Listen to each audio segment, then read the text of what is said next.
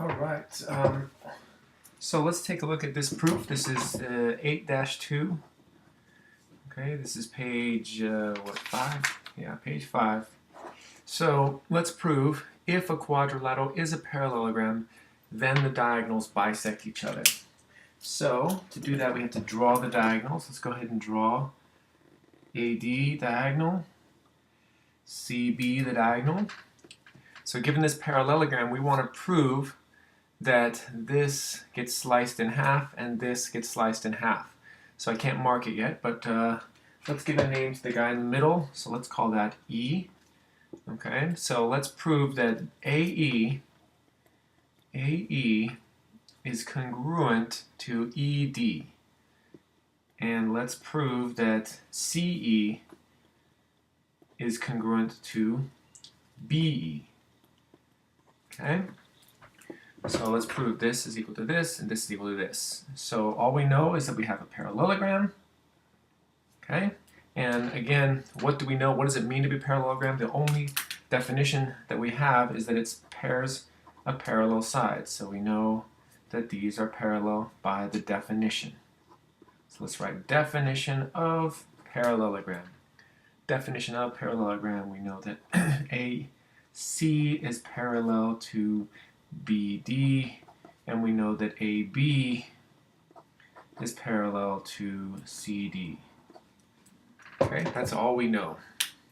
Alright, so my hint is that in order to prove this equal to this and this equal to this, if I work with these big triangles, notice that that's not really giving me the split of the diagonals, right?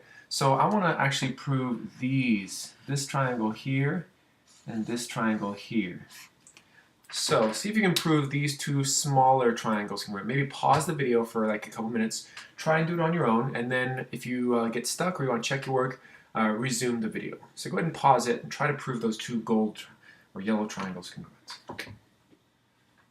Okay, welcome back. Hopefully you tried it on your own.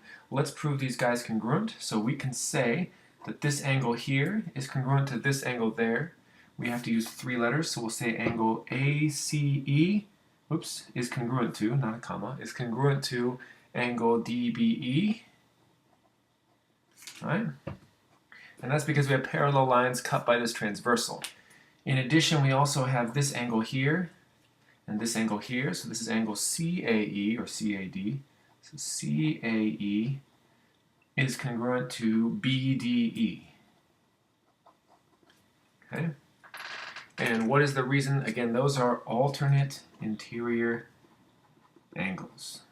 Alternate interior angles. Okay, so the problem is if I add vertical angles here, that would give me AAA, and that's enough to prove them similar but not congruent.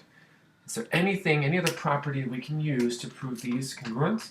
If you think about it, hopefully you found that yes, we can actually use the idea of opposite sides congruent. So I can go ahead and put a tick. Okay, opposite sides. I'm not trying to prove that, so I can use that. AC, okay, pen is dying. AC is congruent to BD. Why opposite sides are congruent.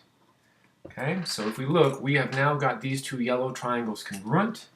Triangle AEC is congruent to triangle DEB. Because of, let's see, ASA, right? ASA. So why does that give us everything? Because now this corresponds to this, and this corresponds to this. So I can say now, finally, right, because of corresponding parts of congruent triangles are congruent, CPCTC, I can say that AE is congruent to ED, right? This is congruent to this, and I can say that CE is congruent to EB. And there I just did it. I proved that if I have a parallelogram, the diagonals chop each other in half.